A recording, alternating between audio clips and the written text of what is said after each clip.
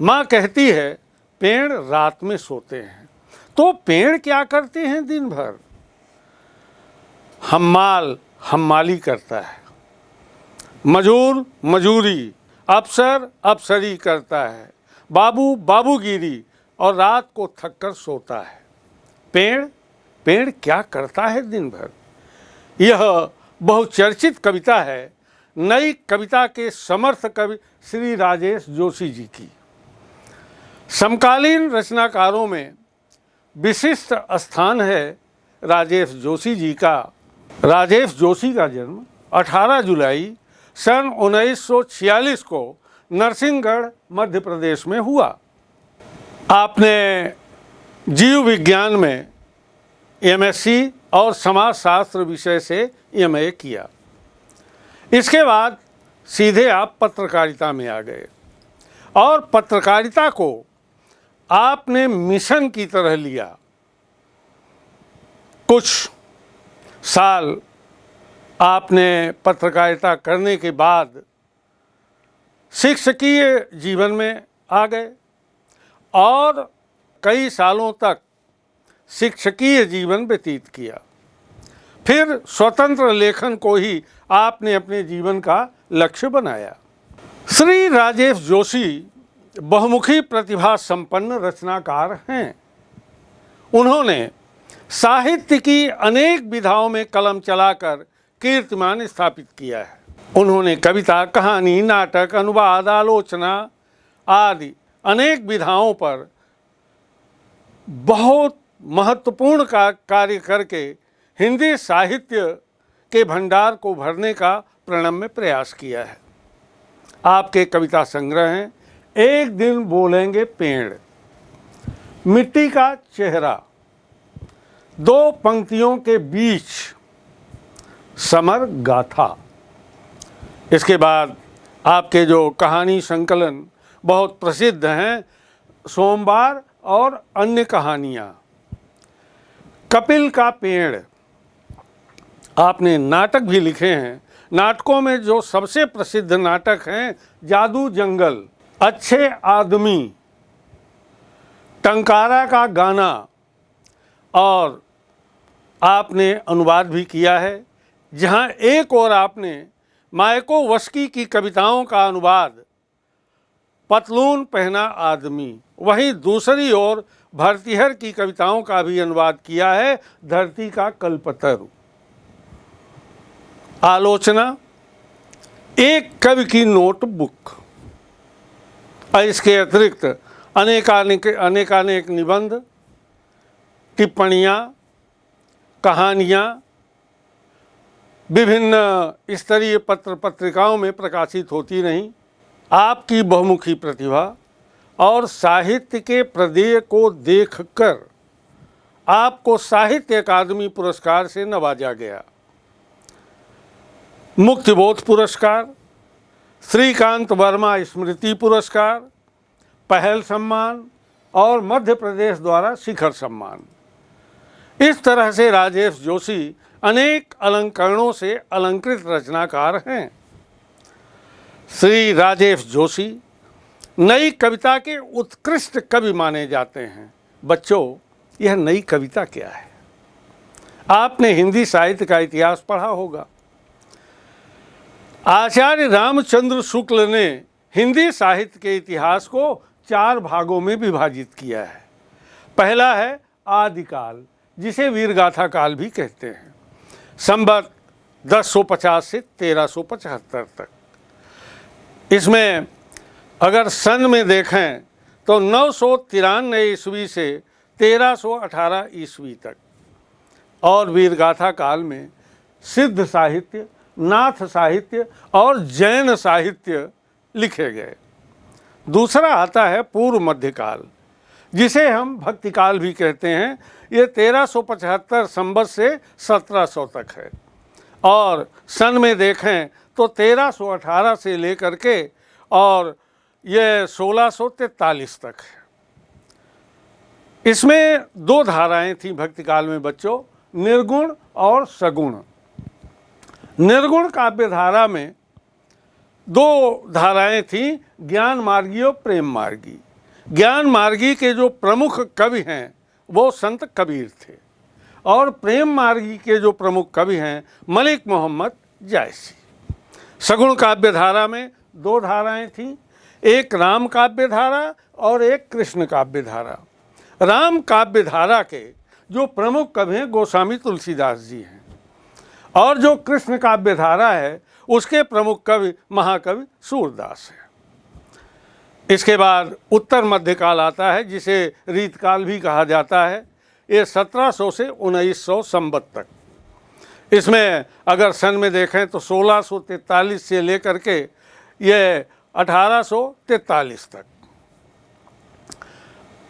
इसमें तीन तरह की काव्य धाराएं थी, रीतिबद्ध, रीतिमुक्त और रीति सिद्ध। इसके बाद बच्चों आता है आधुनिक काल।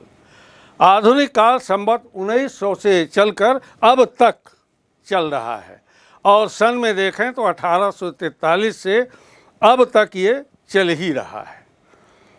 और आधुनिक काल के अनेक रूप हैं। जैसे पहला है भारतेंदु युग सन 1868 से सन 1900 तक। दूसरा है द्विवेदी युग, ये महावीर प्रसाद द्विवेदी जी के नाम से चला, सन 1900 से 1920 तक। इसके बाद बच्चों आता है छायावाद। छायावाद जो है सन 1920 से लेकर के 1935 तक। इसके बाद आता है प्रगतिवाद। प्रगतिवाद जो है 1936 से लेकर के 1943 तक चला। इसके बाद प्रयोगवाद 1943 से 1950 तक। इसके बाद आती है नई कविता, अकविता, समकालीन कविता, गीत, नवगीत, गज़ल, विभिन्न धाराएं कविता की। मतलब 1950 के बाद जिसे साठोत्तरी कविता भी कहा गया, विभिन्न रूप आए और निरंतर कविता जो है आगे की ओर बढ़ती जा रही है। अब हमारे जो श्री राजेश जोशी हैं ये किस काल के कवि हैं? आधुनिक काल के, समकालीन कविता के सशक्त हस्ताक्षर माने जाते हैं। समकालीन कवियों में जैसे सुदामा प्रसाद पांडे धूमिल, इनकी संसद से सड़क तक और कल सुनना मुझे बहुत अच्छा काव्य ग्रंथ है। इसके बाद राजकमल चौधरी, विनोद कुमार शुक्ल, अशोक वाजपेयी, अरुण कमल, केदारनाथ सिंह, आलोक धनवा, चंद्रकांत देवताले, प्रतिभा खेतान, प्रभा खेतान, मंगलेश डबराल, स्नेहमयी चौधरी और कुमार अंबुज आदि अनेक रचनाकारों ने समकालीन कविता के क्षेत्र में कीर्तिमान स्थापित किया है और अनेक जो रचनाकार हैं वो निरंतर लिख रहे हैं, सारस्वत साधना कर रहे हैं। अभी जो समकालीन कविता है इसकी विशेषता क्या है? आधुनिक कविता के विकास में नई चेतना लाना समकालीन कवियों का प्रमुख काम रहा। नई भावभूमि, नई संवेदना और सामाजिक यथार्थ, समाज का सटीक और यथार्थ चित्र समकालीन कवियों ने हमारे सामने प्रस्तुत किया है। सपाट बयानी इनकी जो भाषा है, सीधे संत कबीर की तरह सीधे सीधे कह जाना, सपाट बयानी के साथ राजनीति एवं व्यंग्य और सामाजिक हिस्सेदारी, ये समकालीन कवियों की सबसे बड़ी विशेषता है। और राजेश जोशी भी उन्हीं समकालीन कवियों में से एक हैं। अब आइए समझते हैं श्री राजेश जोशी की कविता बच्चे काम पर जा रहे हैं। राजेश जोशी जी ने जो कविता लिखी है जो आपके पाठ्यक्रम में है, बच्चे काम पर जा रहे हैं। राजेश जोशी की कविता, यह जो बच्चे काम पर जा रहे हैं, उनके काव्य संग्रह नेपथ्य में हंसी से ली गई है। श्री राजेश जोशी की कविता बच्चे काम पर जा रहे हैं। ये आर्थिक विषमता, अधिकारों के उल्लंघन एवं बाल श्रम के प्रति असंवेदनशीलता की ओर हमारा ध्यान आकर्षित करती है। आइए हम कविता का प्रथम काव्यांश देखें। कोहरे से ढकी सड़क पर बच्चे काम पर जा रहे हैं। कोहरे से ढकी सड़क पर बच्चे काम पर जा रहे हैं। सुबह सुबह बच्चे काम पर जा रहे हैं। हमारे समय की सबसे भयानक पंक्ति है यह। भयानक है, इसे विवरण की तरह लिखा जाना चाहिए। इसे सवाल की तरह लिखा जाना चाहिए। इसे सवाल की तरह। काम पर क्यों जा रहे हैं बच्चे? बच्चों को काम पर जाते हुए देखकर कवि द्वारा ध्यानाकर्षण कराया गया है। जनमानस का ध्यान आकृष्ट किया है रचनाकार ने। बच्चे काम पर जा रहे हैं। छोटे छोटे बच्चे क्या काम पर जाने लायक हैं? प्रगतिशील युग में प्रातःकाल कोहरे से युक्त वातावरण में बच्चों को काम पर जाते हुए देखकर कवि उनके अंधकार में जीवन की कल्पना कर चिंतित हो उठता है। जो खेल नहीं रहे हैं, जो पढ़ नहीं रहे हैं, जो ज्ञानार्जन नहीं कर रहे हैं, जो शिक्षित नहीं हो रहे हैं, होना चाहिए इस अवस्था में, इस उम्र में, लेकिन ये बच्चे काम पर जा रहे हैं। कब जो है चिंतित हो उठता है। क्यों? भविष्य में की भयावह, वह चिंतित हो उठता है भविष्य की भयावह स्थिति को देखकर कि आने वाला कल कैसा होगा। यदि बच्चों को शिक्षित न किया गया, तो बाल श्रम को नहीं रोका गया, तो कवि का मानना है कि आने वाला समय अत्यंत भयावह होगा। बच्चों को काम पर नहीं जाना चाहिए, उन्हें विद्यालय जाना चाहिए, पढ़ना लिखना चाहिए, ताकि उनका भविष्य उज्जवल हो सके। भयानक है इसे विवरण की तरह लिखा जाना, अर्थात बच्चे बाल श्रमिक बनकर जो जीवन यापन कर रहे हैं, जो बाल श्रमिक बन रहे हैं, केवल तथ्य की तरह लिख देने मात्र से या कहने मात्र से इस समस्या से छुटकारा नहीं मिल सकता, बल्कि समाज के समक्ष इसे प्रश्न के रूप में लिया जाना चाहिए। यह बहुत बड़ा प्रश्न है, इस समाज के लिए बहुत बड़ी चुनौती है। जब तक इस समस्या का निदान नहीं हो जाता, बाल अपराध बढ़ता ही रहेगा। बच्चे काम पर क्यों जा रहे हैं, समाज के समक्ष बहुत बड़ा प्रश्न है। अब आइए देखते हैं इस कविता का दूसरा अंश। क्या अंतरिक्ष में गिर गई हैं सारी गेंदें? क्या अंतरिक्ष में गिर गई हैं सारी गेंदें? क्या दीमकों ने खा लिया है सारी रंग बिरंगी किताबों को? क्या काले पहाड़ के नीचे दब गए हैं सारे खिलौने? क्या किसी भूकंप में ढह गई है सारे मदरसों की इमारतें? क्या सारे मैदान, सारे बगीचे और घरों के आंगन खत्म हो गए हैं एकाएक? बहुत बड़ा सवाल उठाया है रचनाकार श्री राजेश जोशी ने। बच्चों को काम पर जाते हुए देखकर प्रश्न करता है कि बच्चों के खेलने की गेंद और अन्य खेल सामग्रियां क्या आकाश में विलीन हो गईं? क्या अंतरिक्ष में विलीन हो गईं? अंतरिक्ष उनको निगल गया, जिसके अभाव में बच्चे खेलने के बजाय मजदूरी करने जा रहे हैं, काम पर जा रहे हैं। क्या उनकी पुस्तकों को दीमकों ने खा लिया है? क्या उनकी सारी पुस्तकें समाप्त हो गई हैं? क्या सारे खिलौने भूस्खलन से पहाड़ों के नीचे दब गए हैं? बच्चे काम पर जा रहे हैं। या सारे विद्यालयों की दीवारें भूकंप आने से ढह गई हैं?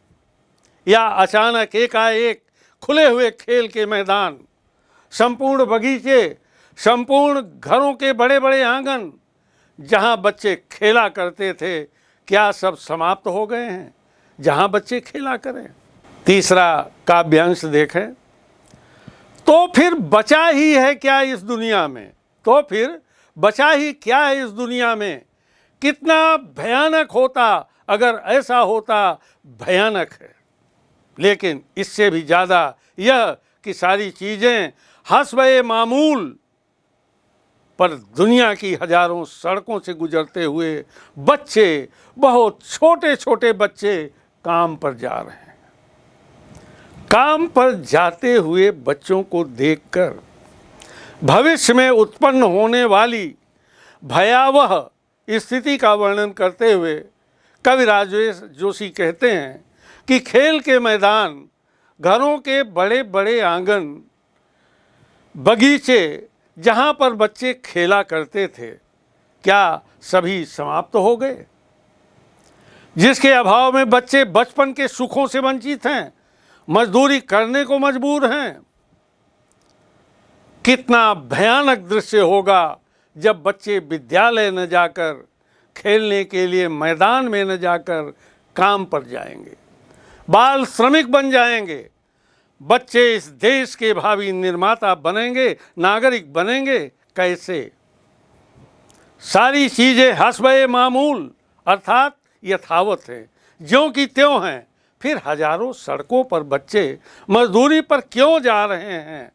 क्या समाज की सारी संवेदनाएं समाप्त हो गई हैं? कवि इस कविता के माध्यम से संदेश दे रहा है कि हमें बाल श्रमिक को रोककर उनके उज्जवल भविष्य के लिए बच्चों को शिक्षित करना परम आवश्यक है। अब प्रश्न क्यों ये उठता है कि कवि ने ऐसा क्यों कहा कि भयानक है, इसे विवरण की तरह लिखा जाना चाहिए, इसे सवाल की तरह। कवि ने ऐसा इसलिए कहा कि गरीब परिवार व समाज के उपेक्षित बच्चे, जिनके माता पिता उनकी पढ़ाई लिखाई को ध्यान में न रखते हुए उनसे मजदूरी करवाने के लिए गरीबों को पैसे का लालच देकर अमीर व्यक्ति द्वारा बाल श्रम करवाया जा रहा है। इसमें दो बातें आई। एक तो गरीब माता पिता पैसों के लालच में उन्हें अमीर व्यक्तियों के यहाँ भेज देते हैं और अमीर व्यक्ति अपने कार्य को पूर्ण करने के लिए बच्चों का बाल श्रमिक के रूप में उपयोग करते हैं। इससे उनका जीवन सुखमय न होकर कष्टमय हो जाता है। इससे भयानक स्थिति उत्पन्न होती है। बच्चे काम पर जाते हैं क्यों? वह मात्र लिखने से इस समस्या से निजात नहीं पाया जा सकता, बल्कि समाज के समक्ष इसे प्रश्न के रूप में बच्चे काम पर क्यों जा रहे हैं, जब तक समस्या का निराकरण नहीं होगा बाल अपराध होता रहेगा। बाल अपराध रोकने के लिए अभियान चलाना परमावश्यक है। अब एक प्रश्न और बनता है इसमें कि बच्चों के काम पर जाने से उनका बचपन किस तरह प्रभावित होता है। बच्चों के काम पर जाने से खेलने, पढ़ने, लिखने के लिए वो जा नहीं पाते तथा अन्य जो बचपन के आनंद है उनसे वो वंचित हो जाते हैं। उनकी हंसी गुम हो जाती है। बाल सुख क्या होता है, बचपन क्या होता है, वे बेचारे जानते भी नहीं, क्योंकि खेलने व पढ़ने के लिए उन्हें अवसर दिया ही नहीं जाता। उन्हें मजदूरी कराने हेतु भेज दिया जाता है। बच्चों के प्रति समाज भी उपेक्षापूर्ण व्यवहार करता है। अब सवाल ये उठता है कि बच्चों को काम पर जाना ही पड़ता है, क्या कारण हो सकते हैं? तो बच्चों को काम पर जाने के कुछ कारण हैं, जैसे जनसंख्या अधिक होने के कारण गरीब परिवार के बच्चे गरीबी के कारण नहीं पढ़ पा रहे हैं। दूसरा है अशिक्षित माता पिता। अशिक्षित माता पिता द्वारा शिक्षा के महत्व को न जानना, उस पर ध्यान न देना, उनके द्वारा बच्चे आज की महंगाई के कारण काम पर भेजे जाते हैं। किसी की मानसिकता एवं कुसंगति के कारण वे न पढ़कर काम में जाते हैं, क्योंकि पढ़ाई में उन्हें अनुशासित रहना होता है और वे परतंत्र रहना नहीं चाहते। कुछ बच्चों को समाज की उपेक्षा के कारण भी काम पर जाना पड़ता है। शासन ने इसके लिए संवैधानिक प्रावधान रखा है। संविधान के कुछ प्रावधान ऐसे हैं जो सीधे तौर पर बाल श्रम के लिए संबोधित हैं, जैसे अनुच्छेद 24 फैक्ट्रियों आदि में बाल श्रमिकों पर प्रतिबंध। 14 वर्ष से कम आयु का कोई भी बच्चा फैक्ट्री, खदान या अन्य खतरनाक कार्यस्थलों पर काम में नहीं लाया जाएगा। अब आइए इसी को देखें कि बाल श्रम निषेध अधिनियम क्या है। भारतीय संविधान में, कानून में बाल श्रम निषेध अधिनियम बनाया गया है और इसका पालन करना प्रत्येक व्यक्ति का, माँ बाप का, जो पूंजीपति हैं, जो फैक्ट्रीज के मालिक हैं, इन सब का दायित्व बनता है कि वे बाल श्रम निषेध अधिनियम का पालन करें। बाल श्रम का मतलब ऐसे कार्य से है जिनके कार्य करने वाला व्यक्ति कानून द्वारा निर्धारित आयु सीमा से छोटा है।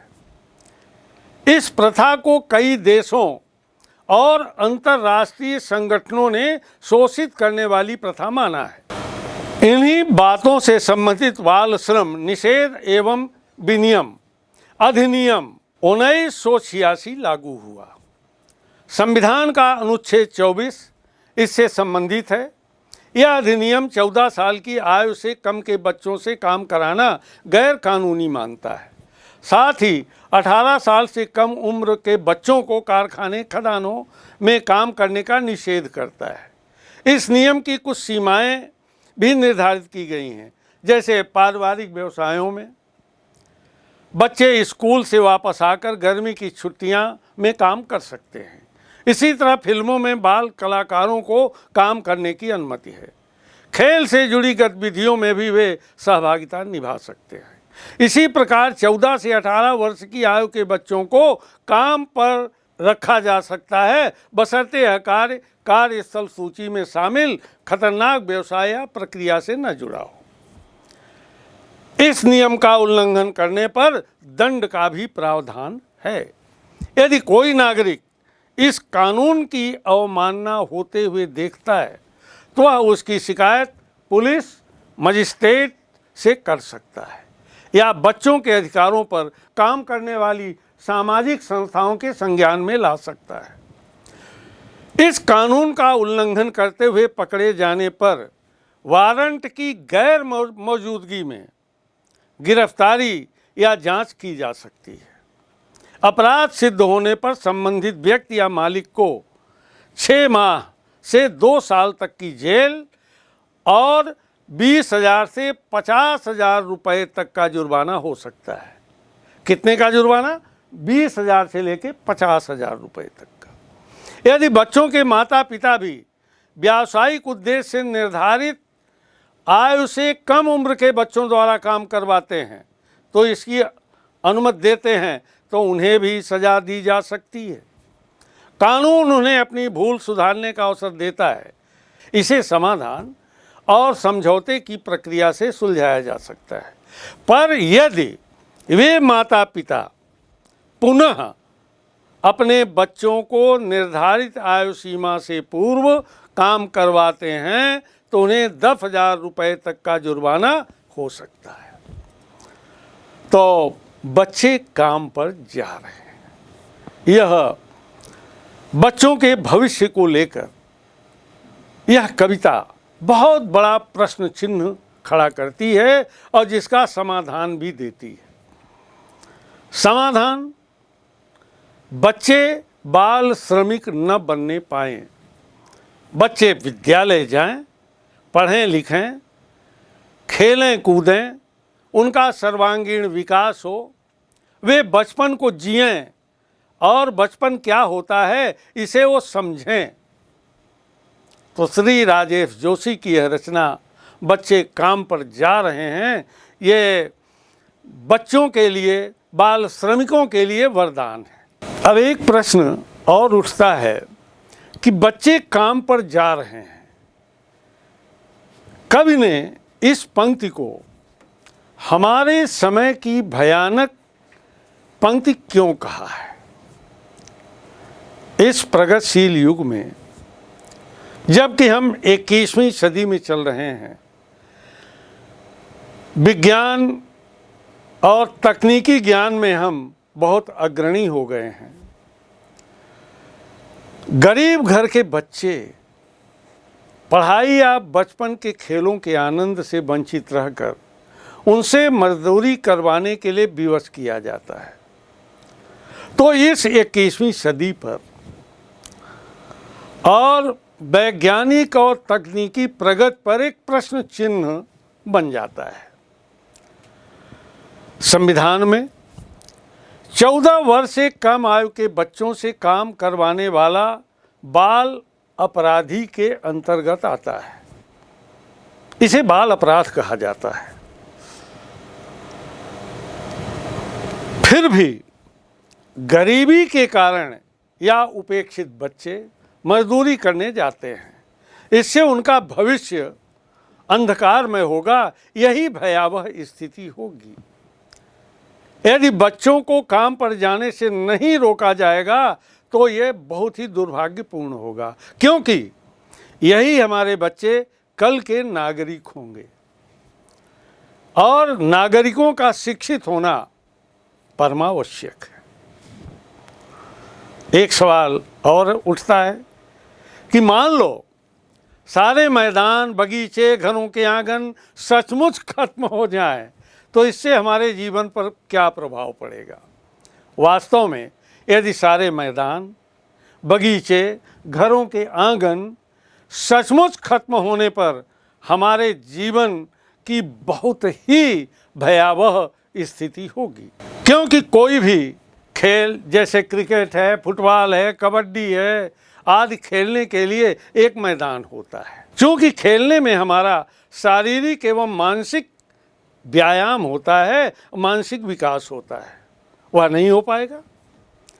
बगीचे हरे भरे होते हैं, पर्यावरण को संतुलित बनाए रखने में सहयोग करते हैं, इसे स्वच्छ रखते हैं। हमारी जो जीवनोपयोगी ऑक्सीजन है ये हमें पौधों से ही तो मिलती है।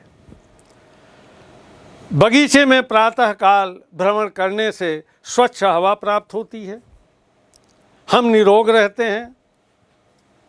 स्वास्थ्य के लिए जो बहुत ही लाभदायक है तथा मन भी अपना प्रसन्न रहता है। घरों के आंगन के समाप्त होने पर हम घर में बैठकर धूप नहीं प्राप्त कर सकते, जिससे विटामिन डी नहीं प्राप्त होगी, तथा छोटे बच्चे घरों के आंगन में ही खेलते रहते हैं, जिन्हें उन्हें खुली हवा और धूप प्राप्त होती थी, अब वो नहीं मिलेगी छोटे छोटे बच्चों को।